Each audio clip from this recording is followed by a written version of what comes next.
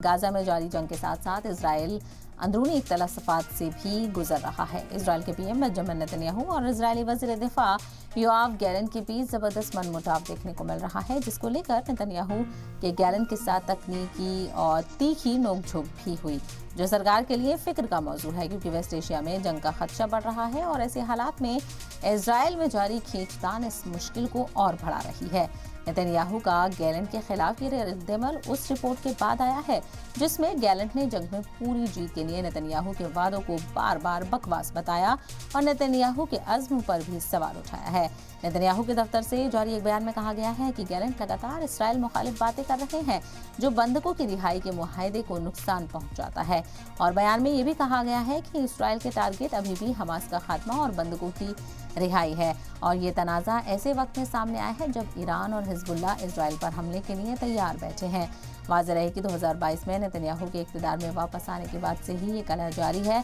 और पिछले साल नेतन्याहू ने सुप्रीम कोर्ट की ताकत को कम करने की प्लानिंग की मुखालफत करने पर गैलेंट को बर्खास्त करने की कोशिश भी की थी, लेकिन हज़ारों इजरायलियों के बड़े पैमाने पर एहतजाजी मुजाहरों की वजह से नेतन्याहू को ये फैसला वापस लेना पड़ा था। तो एक तरह से देखा जाए तो इंटरनल क्राइसिस इसराइल में देखने को मिल रहे हैं, तो दूसरी तरफ